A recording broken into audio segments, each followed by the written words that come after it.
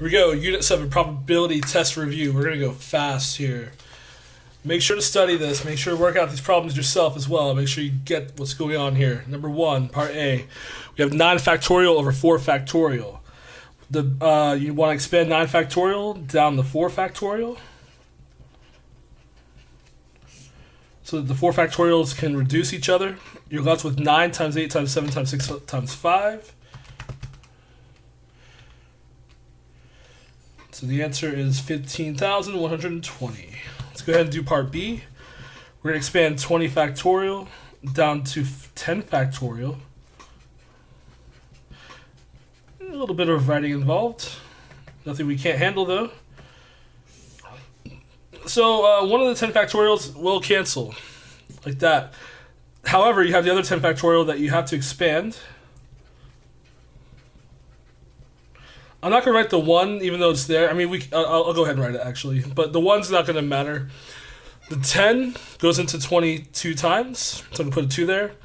9 goes into 18 2 times. 8 goes into 16 2 times. 7 goes into 14 2 times. 6 goes into 12 2 times. 5 goes into 15 3 times. 4 goes... you know what we can do with the 4 is we can... reduce these two. The 2 is now gone. The 4 is down to a 2. Then this 2 and this 2 can reduce. These 3's are gone, and then we can reduce these 2's. We're left with a 2, a 19, a 2, a 17, a 13, and an 11. I hope I didn't miss any there. I actually forgot to bring my key with me to make sure I'm doing these correctly. It's a little different when you're making a video. It's a little easy to make a mistake.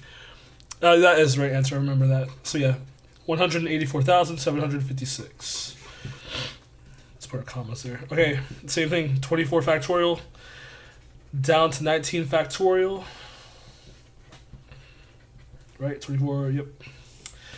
Bring the 19 factorial so that they reduce. 5 factorial is 5, 4, 3, 2, 1. The 1's gone. 5 goes into 24 times. 4 and 4 can reduce. 3 goes into 21 7 times. It also goes into 24, and you can do that as well. And then 2 goes into 24 12 times, or into 22 11 times. It doesn't matter which one you do, as long as you do it correctly. You're left with 12. Can you guys see that? 12 times 23 times 22 times 7. Right? Did I miss anything? Nope. And we have 42,504. Right? Just making sure I didn't miss anything. Okay, good. That's the answer. All right. Number 2.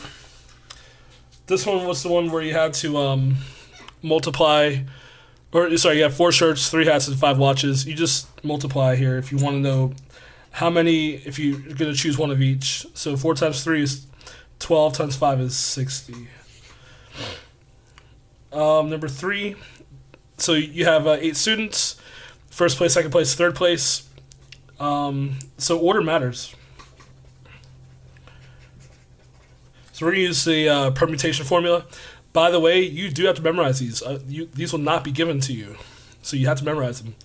So you have, this is your N, this is your R. So we have 8P3 equals, okay, if we go by the formula, we have 8 factorial over 8 minus 3 factorial, which is 8 factorial over 5 factorial. I expand the 8 down to 5. So the 5 factorials cancel. 8 times 7 times 6. Is 336.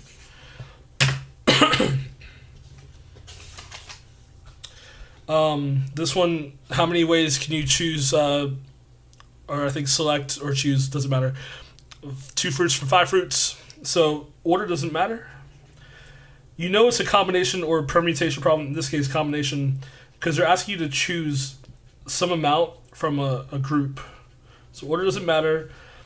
Your N, your total amount of fruits is 5. You're choosing 2, so R is 2.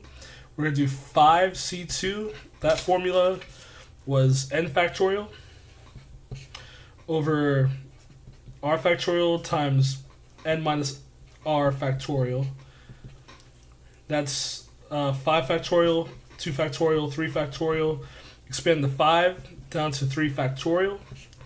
2 factorial is just 2 times 1. 3 factorial and 3 factorial will cancel. The 1's gone. 2 goes into 4 2 times. 5 times 2 is 10. This one's asking what's the probability of you tossing a coin and obtaining heads 4 times in a row. Well, each one separately has a probability of 1/2. Just multiply them, you get 1 over 16. Because 1 times 1 times 1, so on. It's 1, 2 to the power of 4 is 16. Alright, let's keep going. Hopefully I'm not going too fast, but again, you can rewatch this as you need to. Number 6 was you have a triangle that has 100 inches squared, and you have a square within it that has a length of 4 inches. What I did was I just drew what the square looks like. We're going to imagine that this square is within this triangle. So maybe it's like somewhere like right here or something. We don't know where it is within the triangle. That's okay though. We just know that the square is within the triangle. So now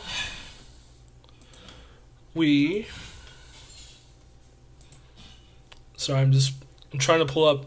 I forgot to bring the review home with me. All right. I believe the probability was what's the area of you landing? What's the probability of you landing within the area? So the total is 100 inches squared. So that's, you're going to land somewhere within this triangle. So you're going to land somewhere within the 100 inches squared. But you want to find the probability of landing within the shaded region. So what you want should go on top. Now, what's the area of a square? Well, if this side's 4 inches and this is a square, and this side is 4 inches, to find the area, you do 4 times 4 because you're doing length times width. That's 16 inches squared for that area. So that's what we're going to put on top here. The inches squared will cancel, and you're left with 16 over 100, which is 0.16. Okay, I have the review up. Okay, so I've been doing these right. Number 7, what's the probability of rolling a prime number and then a composite number when rolling a number cube, or, a six-sided die? Let's talk about prime numbers real quick. 1 is neither prime or composite. I think actually the word's nor. Sorry, I'm a math teacher. All right, a prime number is any number that can only be divided by 1 and itself. And a composite number is a number that has other numbers that can go into it. For example, 10 is composite because not only does 1 and 10 go into 10, but 2 and 5 go into 10. So therefore, it's a composite number. Let's think about a number cube or a die. I don't have a die on me, I don't think. But what are the numbers on a die? 1, 2, 3, 4, 5, and 6. 1 is neither prime or composite, so we're not going to include that. Now, I'm going to circle the ones that are prime. 2 is prime, 3 is prime, 5 is prime. And I'm going to box the numbers that are composite. This is composite, and this is composite. Because not only does 1 and 4 go into 4, but 2 also goes into 4. And 2 and 3 go into 6 besides 1 and 6. So these are composite. So what's the probability of you rolling a prime number? Well, how many outcomes are possible on a die? 1, 2, 3, 4, 5, 6. And then how many prime numbers are there on the die? 1, 2, 3. So there's a 1/2 chance of you rolling a prime number. For composite, again, you have 6 outcomes. How many are composite, though? 1, 2. That reduces down to 1/3. Now, remember, you got to read the question. The probability is always about reading those questions. What's the probability of rolling a prime number and then a composite number when rolling a number die? So these are 2 separate events. So you have to take the first event and multiply it by the second event because they're independent. The one roll doesn't affect the other one. 1 times 1 is 1. 2 times 3 is 6. All right. We're making very good time on this video. I say that and then we get to this problem because this one will take a little longer. We're going to go ahead and make the relative frequency table. Luckily, I'm very glad I pulled this review up now because, the numbers were, what I'm going to do is, for my own sake at least, the original numbers I give you are 139, 192, 102, and 34. We're going to go ahead and make relative frequency table. We're going to start off with the joint relative frequencies. That's these 4 numbers. The first thing I need to do is I need to add up these 4 numbers to see what my total is. 139 plus 192 plus 102 plus 34 is So my n is 467. Now to find my joint relative frequencies, I just take each number and put it over the total and find that decimal. We're going to go ahead and round to 4 places. 139 divided by 467. The decimal is 0.2976. Let's just repeat this process. 192 divided by 467 is 0.4111. We have 102 divided by 467, 0.2184. And we have 34 divided by 467, and that is 0.0728. How do you know if you did this correctly? These should all add up to 1. I'm not going to do that here. I'm pretty sure, I'm almost positive these are right. Now we're going to find the marginal relative frequencies. The marginal relative frequencies are the numbers you get when you add up each column and each row. So 6 plus 1 is 7, 7 plus 1 is 8, 9 plus 1 is 10, carry the 1, that's 0.7087. Obviously you can plug this in your calculator if you don't feel comfortable adding it in your head. 4 plus 8 is 2, that's 10 plus the 1, carry the 1, that's 9, okay? And then if I did it right, these two numbers should add up to 1. Let's see if that happens. 2 plus 7 is 9. 8 plus 1 is 9. 9 plus 0 is 9. 2 plus 7 is 9. All right, I didn't get 1, but because it's very close to 1, it's fine. The reason why we got 0.9999 is because we rounded. That's why it's off by was it 10th, 100th, 1000th? It's off by 10,000th. Let's go ahead and add up these rows now. 6 plus 4 is 0. Carry the 1. 7 plus 1 is... wait a minute. That should not... Oh, that's right. Yeah, that's fine. 6, 10, 11, and it's going to be 0.5160. 8 plus 1 is 9. 1 plus 2 is 3. 1 plus 7 is 8. And okay, so we have our table made up. Part A is asking how many students total were surveyed. Well, we said it earlier. It's 467. Part B, what's the probability that a randomly selected student will prefer Android? Well, Android is right here. We don't care if they're male or female, so we're going to look at the total, and that's the probability. For Android, for male, we don't care whether the male is like Apple or Android for this part, so we just look at that row's total. 0.5160. Then we're going to find the probability of, or the percentage of students that were not male that preferred Android. So the number that, or the percentage or decimal that males that prefer Android is 0.2184. So to do this one, I can just do the complement, and that should give me everybody else. Or you could have just added up these three as well. That would give you what you want.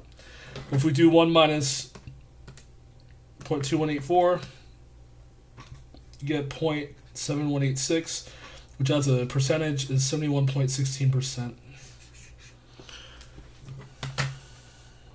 Right, did I do the right one? Male, yep, okay. Here are the last two. Number 9, you have 150 students. 70 students are male. 60 of the students take a second math class. 54 of the students are males that take a second math class with a probability that randomly selected student is a male or that they take the second math class. It's so important that you realize this is an or problem. I emphasize that so much right here. If this is an or problem, you have to do this formula. Like, there's no way around it. So we're going to call male event A and take it the second math class event B. And then 54 is A and B because it's both of those things. So what's the probability of being male? Well, it's 70. And because it's probability, you got to put 70 over the total amount of things you have. In this case, 150. Plus probability of B, that's 60 over 150. And then you have to subtract the 54 because what happens is... 54 over 150, I should say.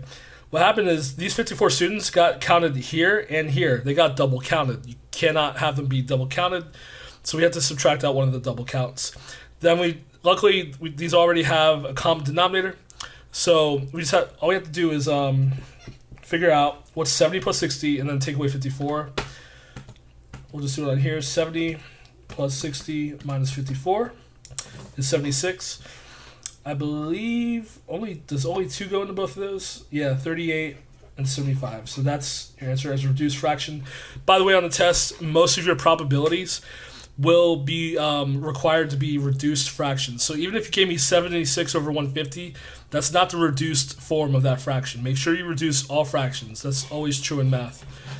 I don't think there's a time that's never not true. Number 10.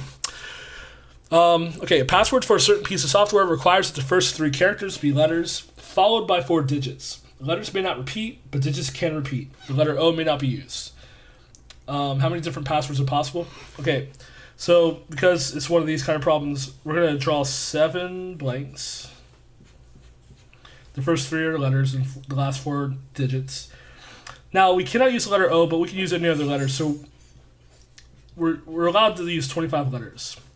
But the letters cannot repeat. And so what that means is, these 3 are letters, right? And these 4 are digits. On the first blank, I have 25 letters I can use. So I'm going to put a 25 here. But whatever letter I use here, I cannot use here or here. So when I go to look at this letter, let's say I chose the letter K right here. I cannot use K right here. So, but I can use any other letter, so I'm down to 24 options right here. Let's say I chose the letter L. So I have K, assume I have K and L here. I can't use K and L here. I also can't use O still, so I'm down to 23 options right there. Alright, digits can repeat, and there's 10 digits, remember 0 through 9? There's 10 digits between 0 and 9. So I can have 10 options there, but because I can repeat, these are all 10 options. The counting principle says multiply these, and we'll go ahead and do that right now. Let's do it right here. So we have 25 times 24 times 23 times, that's really 10 to the power of 4. So I'm just going to type that in, and that's quite a big number. Even with those restrictions, that's a big number. That's 6 zeros. 138 million. Imagine if those restrictions were not there. Like, imagine the letters could repeat and you could use O. You would actually have even more. If you made it this far into the video, one last thing I want to tell you, if you actually watched it, is make sure to study. This is not in your review, but make sure to study the kind of problems where you were choosing marbles from the bag. For example, let's say, I'm going to make this up right on the spot. Let's say you have 4 red and 5 blue marbles. What's the probability of drawing a blue, then a red, without replacement? So remember, without replacement means whenever we draw the first marble, we're not putting it back in the bag. So how many marbles do I have total? I have 9 total. So to find the probability of blue then red, how many blue do I have? I have 5. Now, if I'm not putting it back, my second fraction, I'm down to 8 marbles. But do I still? This is how you gotta think about it. Do you still have all the red ones in there? If you're assuming you took a blue one out, you do have all the red ones still. So there's 4 over 8 on your second draw because there's 4 red, 8 total. 5 over 9 can't reduce, but 4 over 8 is really 1/2. That'll help us out. 5 times 1 is 5. 9 times 2 is 18. So you have a 5/18 chance. That can't reduce, by the way. You have a 5/18 chance of drawing a blue then a red when there's 4 red and 5 blue in a bag without replacement. This was it was supposed to be as quick as possible video, so I have no shout outs, no jokes. There you go.